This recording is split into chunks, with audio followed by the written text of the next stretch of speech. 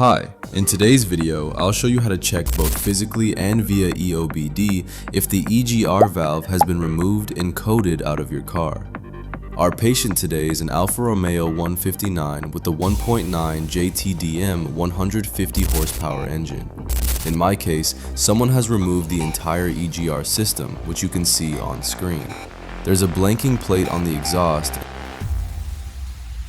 and at the top of the engine, the EGR valve is missing, leaving some loose connectors. Now, let's check if it was correctly coded out. We'll plug the cable into the EOBD port and fire up the Delphi software. Select the vehicle, model, and year, then click the red EOBD box in the top right corner. The system will connect to the car using a different protocol than usual.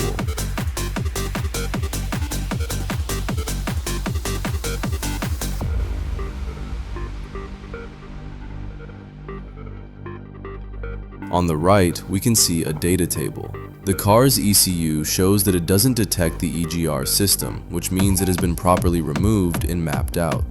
Subscribe for more.